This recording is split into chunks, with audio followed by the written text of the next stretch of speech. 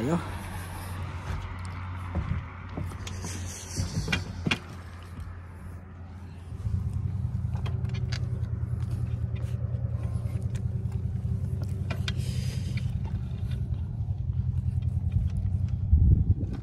Masyadong malamig, sakto lang.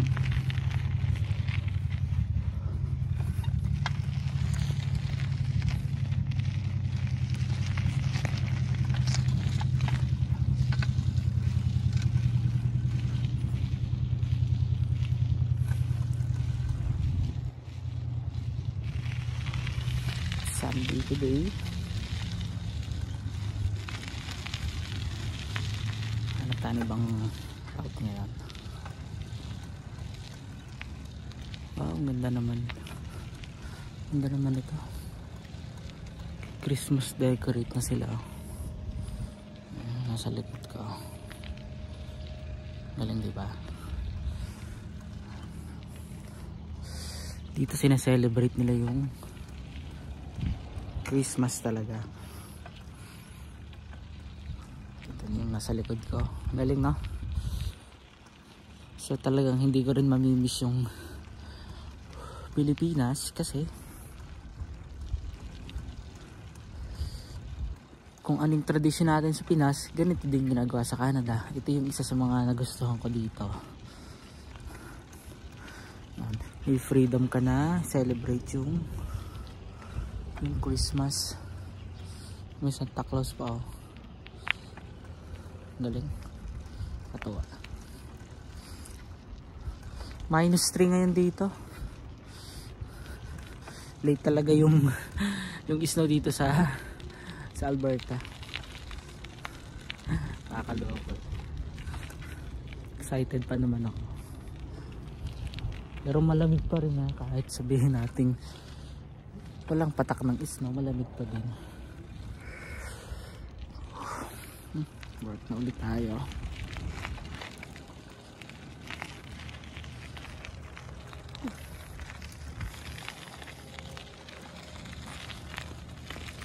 Ang daming nag-aalis ng mga kabayan na yung iba nasa Pilipinas. Yung mga agency silang ginagamit. Talagang the best talaga kapag mag-work ka sa isang sikat na fast food chain. Like yung McDonald's. Ko ditong dumaan. Pakita ko sa inyo ito.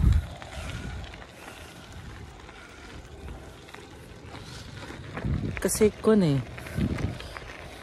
in demand talaga dito yung mga nag-work related sa food industry. Especially kung nasa managerial position ka na. Ang laki ng chance. Ang iba nandito sa Canada, ang iba nasa Australia, iba nasa New Zealand. Pero mostly nasa Australia, mga kakilala ko, at saka yung nandito sa Canada, mga food chain yun. Mga either supervisor, manager, yan. Ang galing, diba? Yung kaya kung ako sa inyo yung mga nagwo-work sa fast food chain, be proud. Kasi skilled worker yan dito. Dollar yung kikitain nyo. Ang daming gusto makarating dito. Gumagastos ng milyon para makarating dito. Pero kung nasa food industry ka, napaka dali, napakabilis mong at napakalaki ng chance mong maging worker dito, maging temporary worker at the same time alam mo maging PR ka, diba? Yung isa kong kakilala nagwo-work sa McDo before sa Pilipinas, kaibigan namin siya. Grabe, nagulat ako. Nasa Australia. Tapos ang malupit, kasama niya yung pamilya niya, yung mga anak niya lahat. 4 yun. Last year lang siya na nag-work sa Australia. Pero ngayon, nakuha na niya yung pamilya niya. Ang galing, diba? Sa McDonald's din siya sa Australia. Manager siya doon. Ayan, police station namin yan. Oh, may Santa Claus din dyan. Grabe, nakakatuwa.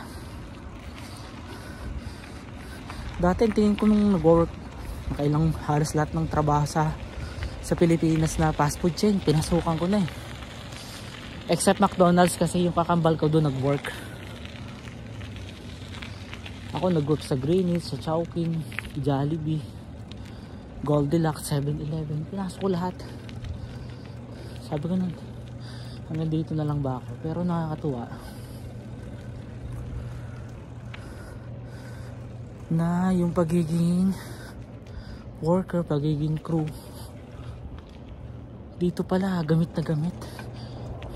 Ang daming pumupunta ditong napakagaganda na ng profession, mga professional talaga, mga doctor, engineer, pero nagwo-work lang dito sa mga food chain. Yung mga kasama ko sa work ganun.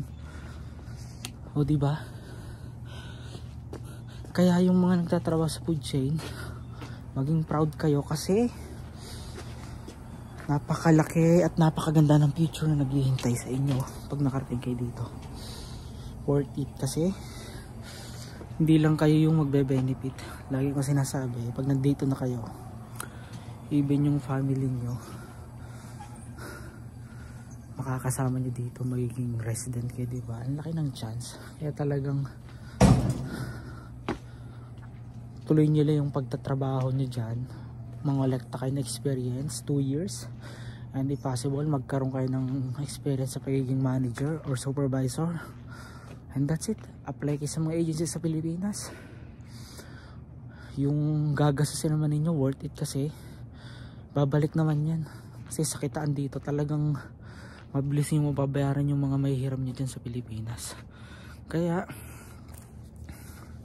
yun lang may papayo ko sa inyo. Dito na ako sa work, -3, hindi muna ako nag gloves, kaya rin naman kaya naman ng katawan yung weather. Ang lamig ko, pero ang ganda ng paligid, diba? So yan, back to work muna ako.